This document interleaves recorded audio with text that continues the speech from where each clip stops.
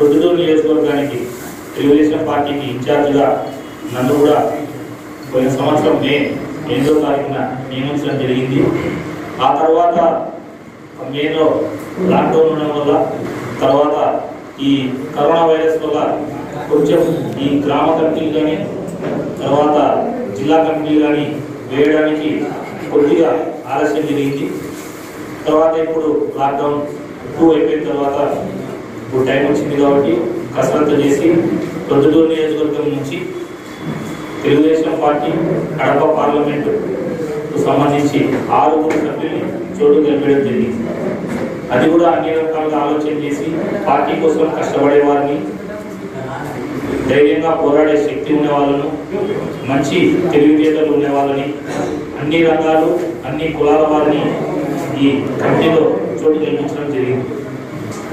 మొదటిగా ఎస్పీ మాహుసేన్ అన్న ముస్లిం కమ్యూనిటీకి చెందిన వ్యక్తి, సీనియర్ కవి, మంచి వక్త, మంచి పేపర్ నాలెడ్జ్, సబ్జెక్టు కలిగిన వ్యక్తి, కడప జిల్లా పార్లమెంటు కార్యనిర్వాహక కార్యదర్శిగా నియమించడం జరిగింది. ముక్తారన్న కూడా ఆ కమ్యూనిటీకి చెందిన మా నాయకుడు ముక్తారన్న కూడా మాహుసేన్ అన్ననే రికమెండ్ చేయడం జరిగింది. తర్వాత సానా విజయభాస్కర్ రెడ్డి అన్న కార్యనిర్వాహక కార్యదర్శిగా నియమించారు. ఈయన తెలుగుదేశం పార్టీ పుట్టినప్పటి నుంచి, తెలుగుదేశం పార్టీ అనుభవం నుంచి తెలుగుదేశం పార్టీ కోసం ఆర్మిషన్లు కష్టపడుతూ ఆ పార్టీకి మంచి సేవలు అందించడం జరిగింది. దానికి సానా విజయభాస్కర్ రెడ్డి అని కార్యనిర్వాహక కార్యదర్శిగా నియమించడం జరిగింది. యాదవ్ కమ్యూనిటీకి సంబంధించి ఆవుల దస్తగిరన్న ఈయన కూడా తెలుగుదేశం పార్టీకి చాలా మంచి సేవలు అందించినాడు. రెండవది జిల్లా కడప పార్లమెంట్ అధికార ప్రతినిధిగా ఆయన నియమించినాం.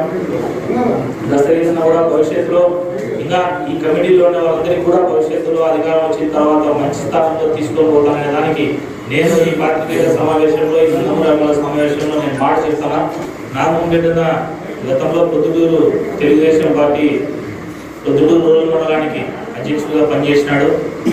ఇంచుమించు నాకు కూడా ఆయనకి సరి సమానంగా ఇద్దరం ఒకే ఉంటాం. అయినా కూడా ఆయన బాగా నాకు స్నేహితంగా కలిసిపోతూ మనం తెలుగుదేశం పార్టీ ఎవరినైతే నియమిస్తారో తెలుగుదేశం పార్టీ ఆదేశాలను కూర్చో తప్పకుండా ఎప్పుడు పాటించాలని చెప్పి నాకు కూడా వెన్నంటే ఉండి ఎప్పుడు మన తెలుగుదేశం పార్టీ ప్రొద్దుటూరులో అధికారం తీసుకురావాలని నాకు చెప్తూ, ఏదైనా నా చిన్న చిన్న లోపాల్లో నా చిన్న తప్పులుంటే సరి చేస్తూ అహర్నిశలు తెలుగుదేశం పార్టీని ప్రొద్దుటూరు నియోజకవర్గంలో తీసుకొని రావాలని చెప్పేసి ఆయన కూడా తన వంతు సహాయ సహకారాలు అందిస్తున్నాడు. తర్వాత నందం అపరాజిత, మీ అందరికీ తెలుసు, ఈ పేరు ముందే నందం అని చెప్పగానే అందరికీ గుర్తొచ్చేది నందం సుబ్బయ్య. తెలుగుదేశం పార్టీకి జిల్లా అధికార ప్రతినిధిగా అప్పుడు ఏదైతే పార్లమెంట్ డివిజన్స్ లేవు, అప్పుడు మొత్తం జిల్లా అంతా కలిపేసి ఒక సెగ్మెంట్ గా ఒక ఇదిగా ఉంది.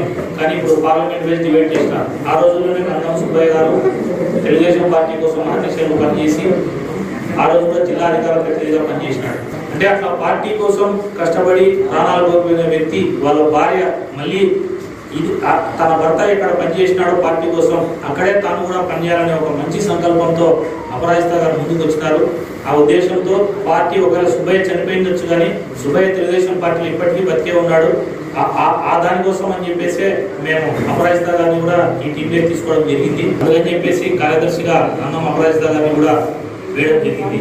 మానసికంగా ఆయన యాక్చువల్గా వికలాంగుడైనప్పటికీ కూడా తను తెలుగుదేశం పార్టీని ముందుండి నడిపించాలనే ఒక మంచి సంకల్పంతో ఈరోజు 2 కాళ్ళు 2 చేతులు సరిగా ఉండే కూడా ఎందరో మంది అధికారంలో ఉన్నప్పుడు తెలుగుదేశం పార్టీ మంత్రి పదవులు పొంది పెద్ద పెద్ద పదవులు పొంది ఈరోజు ఆ పదవులు పొందిన వాళ్ళందరూ తెలుగుదేశం పార్టీని ద్రోహం చేసి పోయినా కూడా ఒక వికలాంగుడు అయింది కూడా నేను తెలుగుదేశం పార్టీకి నా శక్తి వంచన లేకుండా నేను పనిచేస్తానని చెప్పేసి ఆయన ఎప్పుడు పోరాటాల్లో ముందుంటాడు. ఏ రోజు తెలుగుదేశం పార్టీకి సంబంధించిన కార్యక్రమాలు కానీ పార్టీ పిలుపు ఏదైనా ఇచ్చినా కూడా ఆయన వచ్చి పాల్గొంటున్నాడు.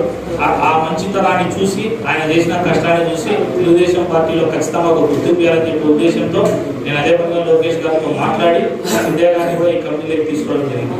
ఇట్లా ఈ 6 మందిని ఒక మంచి టీంగా అన్ని కులాలని అందరూ కష్టపడే వ్యక్తుల్ని ప్రతి ఒక్కరికి ఒక బ్యాక్గ్రౌండ్ ఉండే వ్యక్తుల్ని తీసుకొని రాబోయే భవిష్యత్తులో పొద్దుటూరు నియోజకవర్గంలో తెలుగుదేశం పార్టీ జెండా ఎగరేసేదానికి వీళ్ళందరూ ఛాయశక్తులు కృషి చేస్తారని చెప్పేసి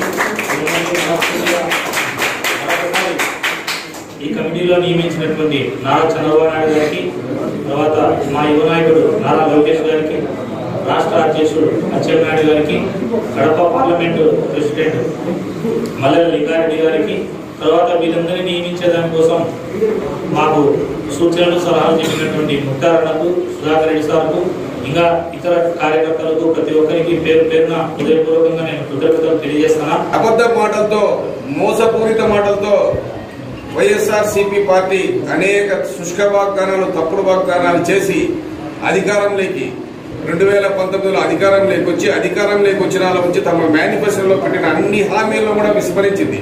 ఒక్క ఛాన్స్ అంటూ ఆ ప్రశాంత్ కిషోర్ ఇచ్చిన ఒక ఆయుధాన్ని పట్టుకొని పార్టీ అధికారంలోకి వచ్చింది. ముఖ్యంగా అధికారంలోకి వస్తానే 200 రూపాయలు పెన్షన్ చంద్రబాబు నాయుడు 1000 రూపాయలు, తర్వాత 5 ఏళ్ల కాలంలో 2000 రూపాయలు చేస్తే, ఈనాడు అధికారంలోకి వచ్చినటువంటి జగన్మోహన్ రెడ్డి 2 సంవత్సరాల నుంచి 3000 చేస్తానని కేవలం 250 రూపాయలు మాత్రమే పెంచి 60 లక్షల మంది పెన్షన్దారులను మోసం చేశాడు. అదేవిధంగా పెట్రోల్ రేట్లు కానీ, ఇసుక విధానం కానీ, మద్యం కానీ, మద్యపానాన్ని నిషేధిస్తాడు. కానీ మద్యపాన్ని నిషేధించడంలో ఎంకరేజ్ చేసుకున్నాడు. అప్పుడు 50 రూపాయలకు పేదలకు 60-70 దొరికే మద్యం ఈరోజు 200-300 రూపాయలు. అది కూడా ఏదో వివిధ బ్రాండ్లతో వాళ్ళ సొంత డిసైన్లో తయారు చేసే బ్రాండ్లకి ప్రజలందరినీ మోసం చేసి రాష్ట్రాన్ని కేవలం అధోగతి పాలన చేసినాడు. ఈ విధంగా అనేక మోసపూరిత వాగ్దానాల ద్వారా అధికారంలోకి వచ్చినటువంటి వైఎస్ఆర్ పార్టీ ప్రభుత్వం 2 సంవత్సరాల్లోనే విఫలమైంది, పూర్తిగా ఫెయిల్ అయింది. ఇటువంటి పరిస్థితుల్లో రాష్ట్రంలో కూడా మనం తిరిగి తెలుగుదేశం పార్టీని ఉత్తేజపరిచి, తెలుగుదేశం పార్టీని కార్యకర్తలందరినీ కూడా మనం ముఖ్యంగా పొద్దుటూరు నియోజకవర్గంలో ఉత్తేజపరిచి తిరిగి రాబోయే 2019 ఎన్నికల్లో పార్టీకి అధికారంలోకి తీసుకురావాల్సిన బాధ్యత మన మీద ఉంది.